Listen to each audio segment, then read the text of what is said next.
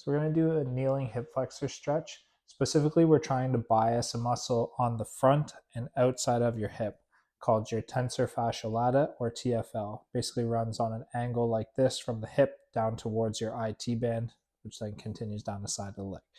But you should feel the stretch kind of in your front pocket here. So what you're going to do is set yourself up so your hips are directly underneath you, straight line through your shoulders.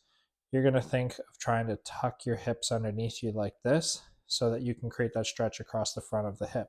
This is your typical hip flexor stretch. Now, the difference with this one is that that leg, instead of being straight back behind you, is going to turn in a little bit like this. But your hips or your pelvis is still facing straight forwards. So if you had a belt buckle on, it should still face straight forwards.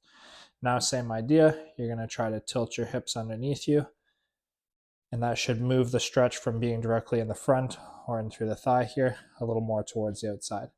I'm going to turn the angle here so you can see that a little bit better. So in that typical hip flexor stretch, it's like this where the leg is pointing straight back behind you. You're going to try to turn that leg in basically as far as it'll go while still trying to keep the pelvis squared up face forwards. Then you do that pelvic tilt.